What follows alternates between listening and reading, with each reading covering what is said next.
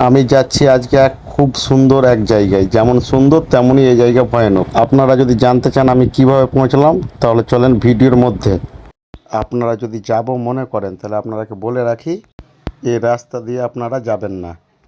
এখানে যাওয়ার আর একটা রাস্তা আছে, যা আমরা ভিডিওর শেষে আপনারাকে দেখাবো। দু সাইডে জঙ্গল, মাঝে কাদা জল, তার মধ্যে আমরা যাচ্ছি আমাদের গন্তব্যর দিকে। আমি তো একটুর জন্য পড়েই যাচ্ছিলাম, কিন্তু তাও আমি দাঁড়াইনি, আমার গন্তব্যের দিকে আমি আগাতেই থাকলাম। আমাকে যেতে হলো ডান সাইড দিয়ে, কিন্তু আমি গেলাম বাম সাইড দিয়ে, নদীর ধারের রাস্তা দিয়ে একদম। আপনারাকে বলে রাখি, এই জায়গাটা এতই সুন্দর যে আপনারাকে মুগ্ধ করবেই। চলুন। আর একটা কথা আপনারাকে বলি, বর্ষার সময় এই রাস্তা দিয়ে না যাওয়াই ভালো, কেন এখানে অনেক সাপ বের হয়, যেগুলো বিষধর। এখান থেকে দেখা যাচ্ছে সেই পরিত্যক্ত বটের গাছ। চলো যাওয়া যাক।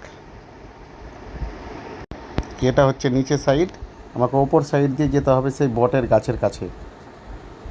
ঠিক আছে, আমি এবারে যাব উপরের দিকটায়। চলুন।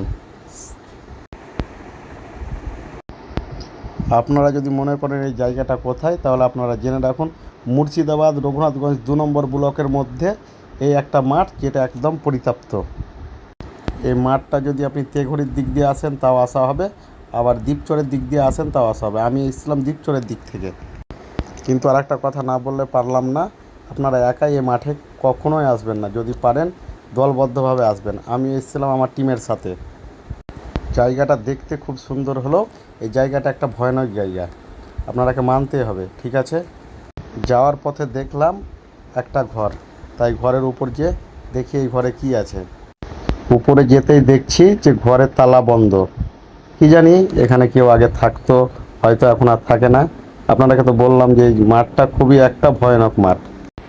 এই মাঠটা আপনারা রাতে যাওয়ার কোনো টাইমেই ট্রাই করবেন না, কেন যে এখানে গেট বন্ধ থাকে, 8টার পরেই গেটটা বন্ধ করে দেয়। আর আমরাও বেরিয়ে গেলাম।